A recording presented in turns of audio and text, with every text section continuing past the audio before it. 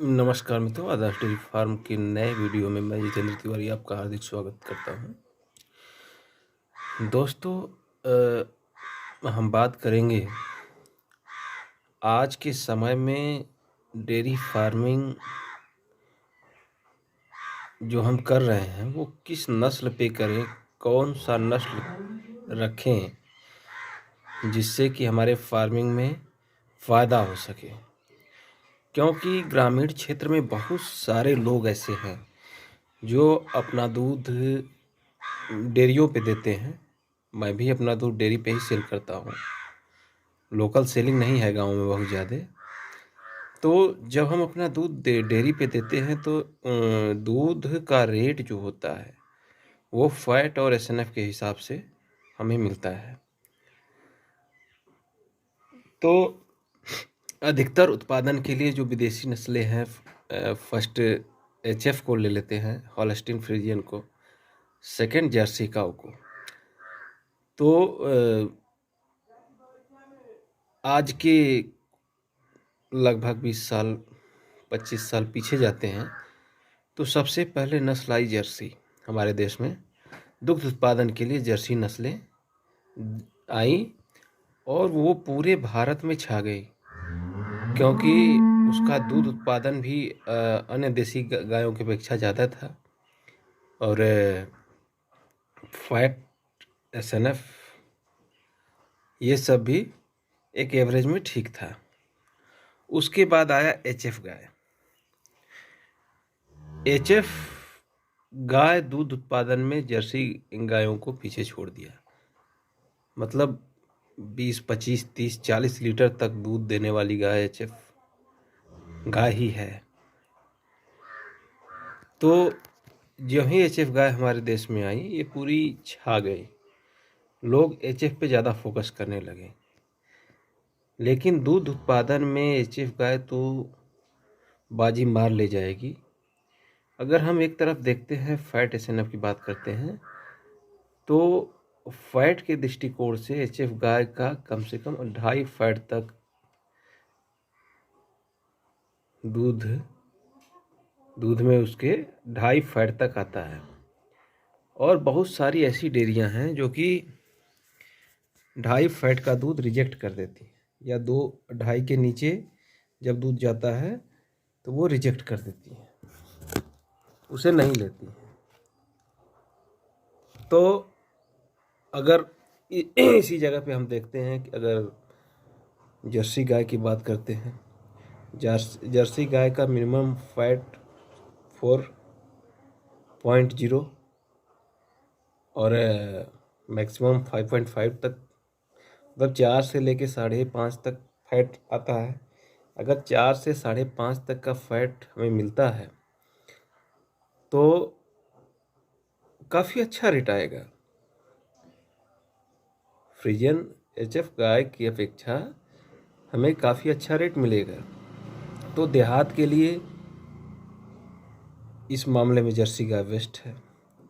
और कहीं हम देखते हैं दूसरी तरफ जो इसका प्रजनन दर है, एचएफ गाय की तरफ हम अगर जाते हैं तो एचएफ गाय की स्थिति है कि 4 या 5 ब्यात के बाद इसमें बहुत सारी बीमारियां, बांझपन की बीमारियां आ जाएंगी, न रुकने की समस्याएं आ जाएंगी, कहीं पैर टेढ़ा हो जाएगा, थन टेढ़ा हो जाएगा, मास्टाइटिस की बहुत सारी समस्याएं आती हैं। तो इस मामले में जर्सी गाय बेस्ट है। कंसेप्शन रेट जर्सी गायों का बहुत ज़्यादा है, हाइट कम है, वेट कम है, कम चारा खा के अधिक मिल्क प्रोड्यूस करेंगी। और जर्सी गाय जो है अधिक चारा खा के, अधिक दाना खा करके उस अपेक्षा दूध हमें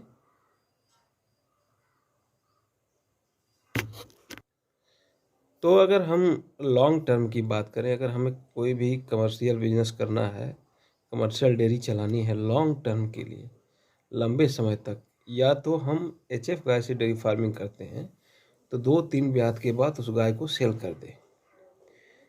और अगर लंबे समय तक पशु को रखना है तो हम जर्सी गायों को रख सकते हैं। और HF गायों की अपेक्षा जर्सी गायों में बीमारियां कम है। मैस्टाइटिस जो थनैला रोग है वो HF से 50% जर्सी गायों में कम है। एक तरह से देखा जाए तो बीमारियां भी कम हैं, उसमें रोग प्रतिरोधक क्षमताएं जर्सी गायों में अधिक है। खूर जो होता है इसका बहुत स्ट्रांग होता है जर्सी गायों का, खूर से संबंधी बीमारियां बहुत कम आती हैं। तो ये सब जानकारी आप लोगों को दे रहे हैं, इसके बाद आप लोग डिसाइड कर सकते हैं कि which breed is best for dairy farming. अगर हमें डेयरी पे दूध देना है, हम ग्रामीण स्तर की बात कर रहे हैं क्योंकि मैं एक गांव में रहता हूं और हमारा जो भी दूध है पूरा गांव में ही जाता है, गांव के डेयरी सेंटर पे ही जाता है। तो दरअसल हम अभी क्रॉस ब्रीड गाय रखे हैं, लेकिन फोकस क्या है, हमें जर्सी पे काम करना है और अपनी जर्सी की बछिया तैयार करना है और उसको आगे तक ले जाना है। अभी तो टारगेट 20 to 25 है। एक चीज़ और मैं बताना चाहूँगा आप लोगों को, जितने जानवर आप स्वयं हैंडल कर सकते हैं, अगर हमारी क्षमता है कि हम 10 पशु को ही सही से खिला पिला उसका दूध निकाल सकते हैं, 5 पशु को ही खिला पिला दूध निकाल सकते हैं, तो हम 5 जानवर ही रख के डेयरी फार्मिंग करें तो ही हम सक्सेस होंगे। फर्स्ट पॉइंट ये है। सेकंड पॉइंट क्या है कि अगर हम सेकेंड पॉइंट ये है कि अगर हम एक छोटे किसान हैं, हमारे पास ज़मीन ज़्यादा नहीं है, तो हम उतने ही पशु रखेंगे जितने पशुओं का चारा हम अपने खेतों से प्राप्त कर सकेंगे और हमें चारे को खरीदना ना पड़े। ये 3-3.5 साल में मैंने अनुभव किया है। अभी आप लोग विश्वास नहीं मानोगे, मेरे पास कोई नौकर नहीं है और मैं पिछले 3-4 महीनों में 80,000 का भूसा खरीद दिया, 80,000 का भूसा खरीद दिया और 80,000 हमें डेयरी से प्रॉफिट नहीं हुआ है, यानी हम ये 80,000 माइनस में गए। अगर हमारे पास क्षमता है कि मैं 5 गायों का ही अपने खेतों से उसका चारा उत्पादन कर सकता हूँ, तो हम 5 गाय रखें, तभी हम फायदे में रह सकते हैं। तो इन सब सारी चीज़ों को देखकर अगर हम नौकर रखते हैं, कोई भी नौकर आज के डेट में 8 से 12,000 के नीचे नहीं मिलने वाला है, तो जो हम फ़ायदा कमाएंगे वो तो नौकर लेके चला जाएगा।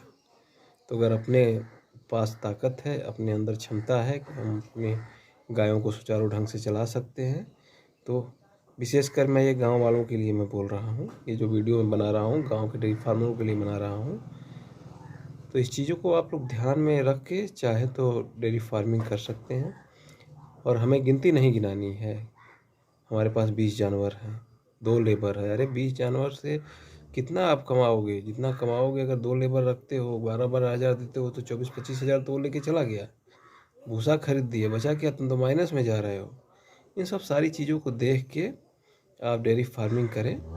डेयरी फार्मिंग कोई ख़राब बिजनेस नहीं है, अच्छा बिजनेस है, घर में रह के आप कर सकते हैं। हाँ, साथ में कोई ऐसा आपके पास बिजनेस हो जिस कोई सपोर्टर हो, सपोर्ट हो उसका आपको, कहीं आप पीछे कहीं ज़रूरत हुई तो उस साइड वाले बिजनेस से कुछ अमाउंट इसमें लगा के फिर सक्सेस हो सकते हैं। जैसे अगर 4 गाय है, 4 गायों का दूध कम हो गया, गाय डालना है, आपके पास पैसा नहीं है, तो सेकंड जो एक सपोर्टर बिजनेस है, सपोर्टर कोई धंधा है आपके पास, तो उससे इसको आप संभाल सकते हैं। उस पैसे को इसमें इन्वेस्ट करके नई गाय डाल के एवरेज बना सकते हैं। तो इसी सब बातों के साथ आज का वीडियो यहीं समाप्त करते हैं। दोस्तों, अगर आपको वीडियो अच्छा लगे तो लाइक शेयर ज़रूर करें, चैनल को नए व्यूअर्स सब्सक्राइब करें, बेल आइकन दबाएं। नमस्कार।